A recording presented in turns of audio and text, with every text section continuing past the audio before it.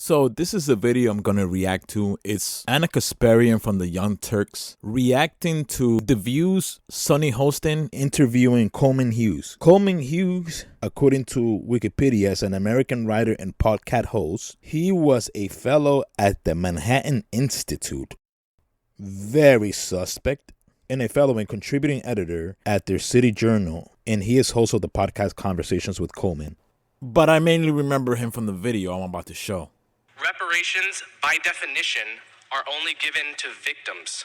So the moment you give me reparations, you've made me into a victim without my consent.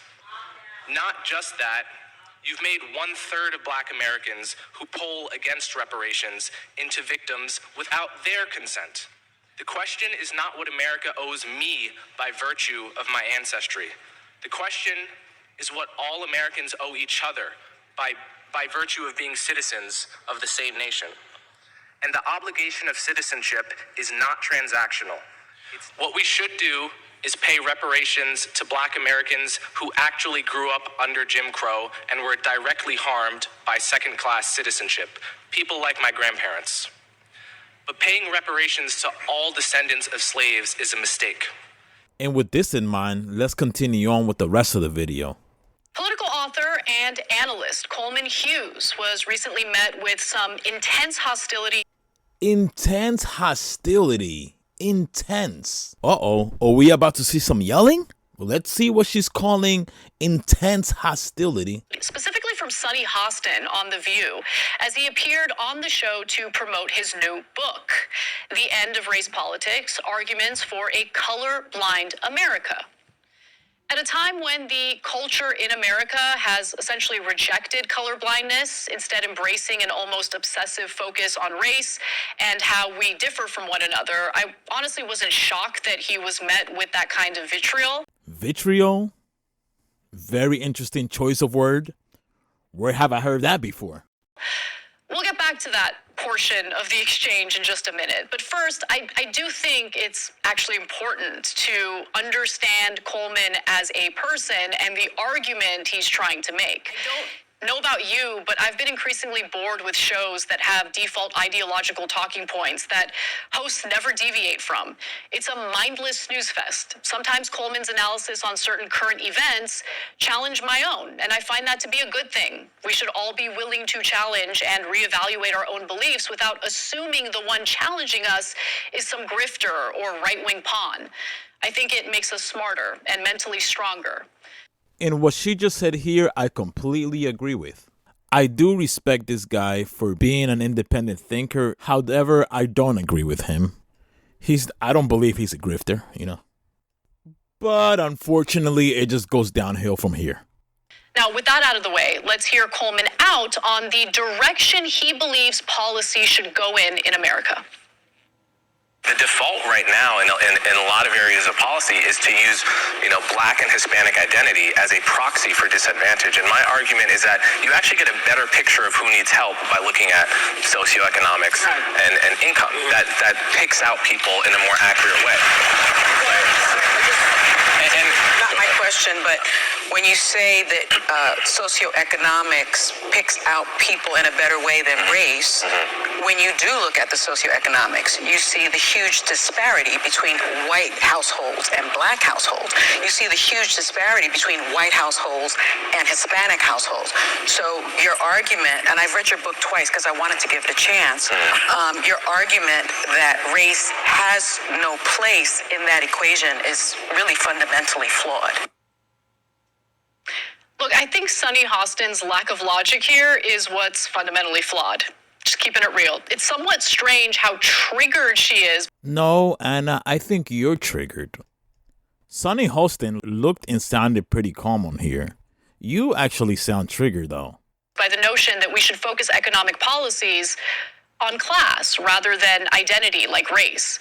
I assure you there are plenty of poor people of all races in America. Oh, Lord. However, she herself is a wealthy woman of color. But you're a wealthy white woman, though. You see her trying to delegitimize her point by attacking her status? And this notion is so ridiculous. Are you implying that black people in a lower income bracket would always prioritize class-based politics over race-based politics? If that's what you're saying, where do you get that from? Because I can show you plenty of examples that say otherwise. Are you implying that only if you're an out-of-touch elite, you care about racial justice? That's what you're saying, Ana Kasparian? This is the same shit white supremacists all want you to think. How much you want to bet all these people would have said the same exact thing about the Black Panthers? It's either one of two things. Either, oh, these guys are just a bunch of out-of-touch elites. Or, these are just a bunch of college students, young college students. Watch, wait till life hits them in the ass. It's that same sentiment like, oh, it's easy to talk that black empowerment shit when you're not out here in the trenches. Man, get the fuck out my face. Hundreds of organizations, at least partly dedicated to the prospect of racial justice and black empowerment in poverty-stricken areas all across the country that interact with, work with, and help the people living in those communities say otherwise. Meanwhile, Ana Kasparian, you get disgusted because you have to drive past a lot of homeless people on your way to work. So maybe class-based issues don't appeal to her the same way as they would for the working poor in America. I'm sorry, so because I'm poor, I'm only worried about kitchen table issues. I'm only worried about gas or about rising grocery prices.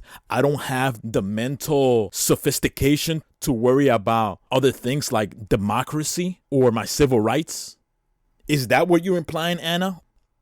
And by your own logic, then you don't give a fuck about poor people either because you're a rich white woman, right? Matter of fact, let's look this up. How much is Sunny Hostin net worth? $3 million. $3 million. Okay. Let's look up Ana Kasparian. How much is Ana Kasparian worth? Would you look at that? $2 million. Not as rich as Sunny Hostin, behind by $1 million. So you're both rich women. So much for you virtue signaling as if she's rich and you're not. And keep in mind while watching this, I'm not a fan of The View. That's not a show I watch. I don't really feel any type of way about Sunny Hostin. I don't like or dislike her. She's sort of just like a pro-establishment liberal, I guess. So I don't really have any reason to defend her. And while it is true that Black and Latino Americans are more economically disadvantaged on average, it's also true that class-based policies would disproportionately benefit their lives without leaving poor white Americans behind. Why is that a bad thing? It's not a bad thing, Ana. And nobody is saying that's a bad thing. The problem is that every time this is tried, people fuck it up and end up screwing over black people anyway. Not to mention also the need for reparations. Don't we want to see all of our fellow Americans succeed, regardless of religion, race, gender, sexual orientation, etc.? Class-based economic policies have more buy-in among voters and tend to be harder to repeal because they're applied to everyone impacted by poverty. Coleman managed to maintain his composure, something that he's insanely skilled in, and responded, in my opinion, perfectly. There's two separate questions. One is whether each racial group is socioeconomically the same. That I agree with you. They're not. Yeah, they're not, and the stats show that. Of course, I agree with that fully. The question is how do you address that in the way that actually targets poverty the best? Great. And what Martin Luther King wrote in his book Why We Can't Wait is he called it we need a Bill of Rights for the disadvantaged. And he said yes, we should address racial inequality. Yes, we should address the legacy of slavery. But the way to do that is on the basis of class, and that will disproportionately target blacks and Hispanics because they're disproportionately poor, but it will be doing so in a way that also helps the white poor, in a way that addresses poverty as the thing to be addressed. He's right. I mean, I think he makes really good points there. But look, maybe Sunny Hostin has a counterpoint that we haven't even considered. So let's keep an open mind and give her a chance to respond. You can tell by the way she set that up that she was going to disagree with Sunny Hostin on here. She already watched this. She's trying to get spunky. She's trying to get cute. You claim that color blindness was the goal of of the civil rights movement. Based upon Dr. King's I Have a Dream speech, content of character versus the color of skin. He also said in 1968, it was about less than a week before he was assassinated, this country never stops to realize that they owe a people kept in slavery for 244 years. So rather than class, he did write about that earlier on. Right before his death, he made the argument for racial equality and racial reparations. And so your argument for color blindness, I think, is something that the right has co-opted. Exactly. The quote that you just pointed out about doing something special for the Negro, that's from the book Why We Can't Wait that I just mentioned. Yes. A couple paragraphs later, he lays out exactly what that something special was, Yes. and it was the Bill of Rights for the Disadvantaged, a broad class-based policy. But he also says you must include race. No, he didn't. He says it's Yes, he does. Okay, well, everyone should go read the book Why We Can't Wait. Now, I think there was a small mix-up here. I think Sunny Hostin was talking broadly that MLK said that you must include race, but Coleman Hughes was just talking about the book. I gotta say, I didn't notice until this very moment, but the fact that she's rejecting class-based politics while wearing a Gucci button-down and a Gucci belt is hilarious. But Oh, Anna, now you sound spiteful. Now you sound spiteful and you sound like a hater. Oh, the fact that she's rejecting class-based politics while wearing a Gucci down. What, are you mad because she's wearing Gucci? It's not like you can't afford it. I'm almost expecting you to be like, oh, you rich people always flaunting your riches in front of our faces. With your mansions and your pretty clothes and your stupid fast cars. But you can't do that yourself because you're a wealthy woman. Also, what the fuck? You think only rich people can wear Gucci?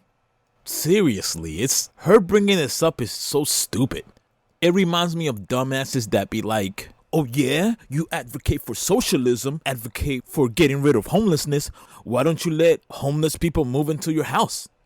nonetheless, disagreements about MLK tend to, drive me crazy.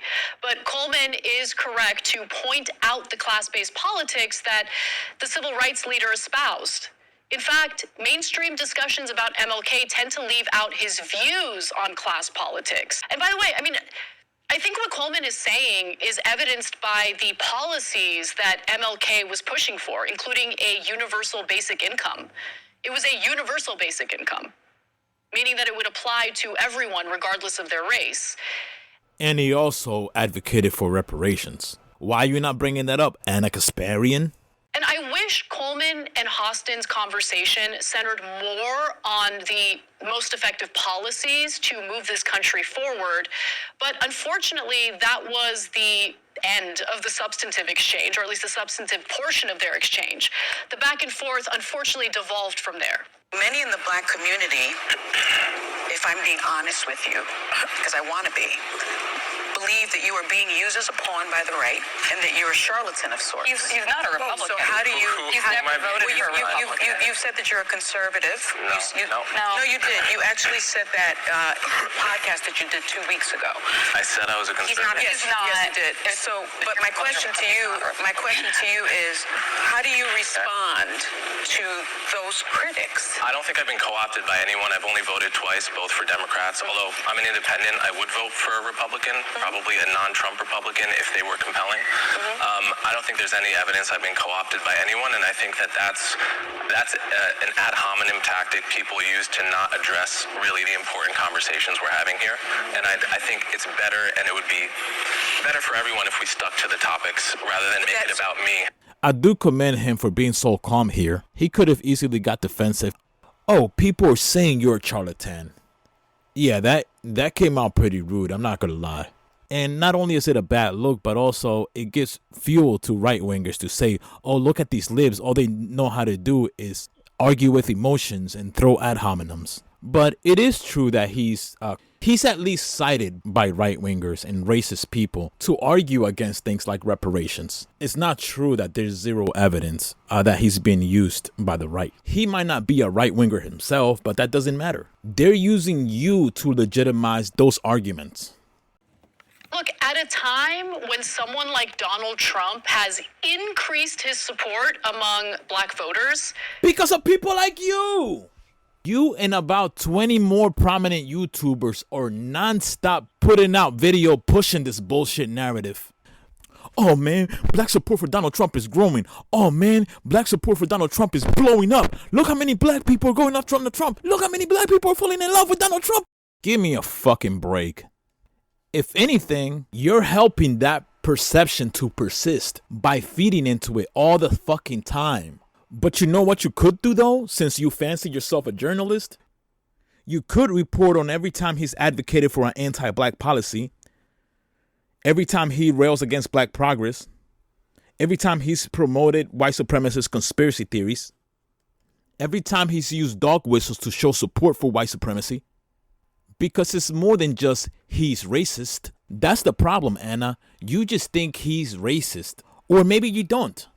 The problem is that he is the face, he is the leader of the modern white supremacist movement. And you, in your program, completely undersell this. I don't know if you do it intentionally. I'm not expecting you to try to convince black people not to like Trump. Just report the truth. Don't be trying to hide shit. Don't be avoiding certain topics. Don't be trying to draw up false equivalencies and doing all these underhanded things because you don't want to lose right-wing viewers, because you don't want to lose the MAGA viewers. You got a lot of MAGA viewers, Anna. And again, I don't know if she's doing this intentionally. There's just so many people who don't get it, or they act like they don't get it. They're always saying shit like, Trump is problematic, but he's just a symptom, man. He's just a symptom, man. No, he's not, quote unquote, a symptom. Y'all babying him. Y'all trying to take away agency away from him. Y'all try to excuse his behavior and normalize it and just chalk it up to, oh, that man is crazy. Fuck that shit. He has emboldened white supremacists in this country. He has mobilized white supremacists in this country. He has given them a voice. He has given white supremacists support. He has given them hope. I'm not trying to hear none of that shit. I feel like maybe it's important to hear Coleman out a little bit, right? He's not a Trump supporter by any means, but are we just going to brush off, people of color who vote Republican as pawns for the right wing? How insanely insulting is that? Oh, insanely insulting. Wow. Not just regular insulting, insanely insulting. Where's that energy when they claim that people of color that vote for Democrats or pawns or are on the Democratic plantation or whatever the fuck? I don't hear you saying that's, insanely insulting. I don't hear you saying that then. Also, real quick, check out this shit right here. Look up here. Blind hate? Hate? Sunny Hostin is showing pure hate?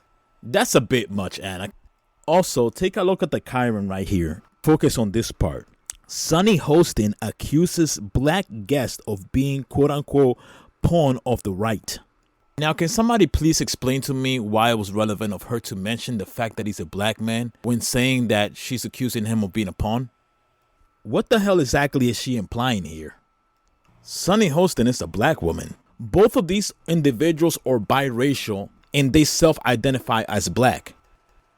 What the hell was the point you were trying to make here? Also, how much of a hypocrite can you be? Didn't you literally just get finished saying that we focus too much on race in this country? And I think you'd have to know about Coleman's background to understand his politics. I'm not kidding when I say I listen to his podcast and I'm a fan of his. And there it goes. She listens to his podcast every day. The brainwashing is working on her, I guess. It's true that he has never voted for a Republican, even though he considers himself an independent. He's in his 20s and was raised by... You might not agree with the overall thesis of his book, and that's totally fine. That's okay. But immediately dismissing someone who has a different worldview as a pawn or a grifter without addressing the substance of what he's saying is pretty weak. No, yeah, definitely. I agree with that. I don't think we should dismiss people right away as being some kind of grifters. There are bad faith people out there. There's no question. There are grifters, but in my opinion, they're pretty easy to suss out. They have a difficult time explaining themselves. Coleman speaks at length about what he believes. Coleman has an open invitation on this show because I actually find it valuable to have him further elaborate on his views, especially the views that he espouses in that book, even if we have areas of disagreement. So Coleman, come on the show, talk about your book. I don't think you're a pawn. Oh my God, what a kiss ass. I don't think you're a pawn. And I do think this is an important conversation to have, right? Is color blindness a better approach to improving race relations in the country? Should we focus on race-based economic policies or class-based economic policies? I get it. These are controversial issues. People get super heated. No, you don't get it. You're not engaging with the notion that white supremacists use a guy like this to legitimize their points. You're clearly being biased and taking sides here. I guarantee you, if this was a debate with two people and one of them was talking about we gotta kill whiteys, you wouldn't be like, I get it, these are controversial issues. You would say, no, this is fucking crazy. And you'll be right to say that. But you got to put your differences aside, keep an open mind, and engage in a genuine and good faith exchange of ideas.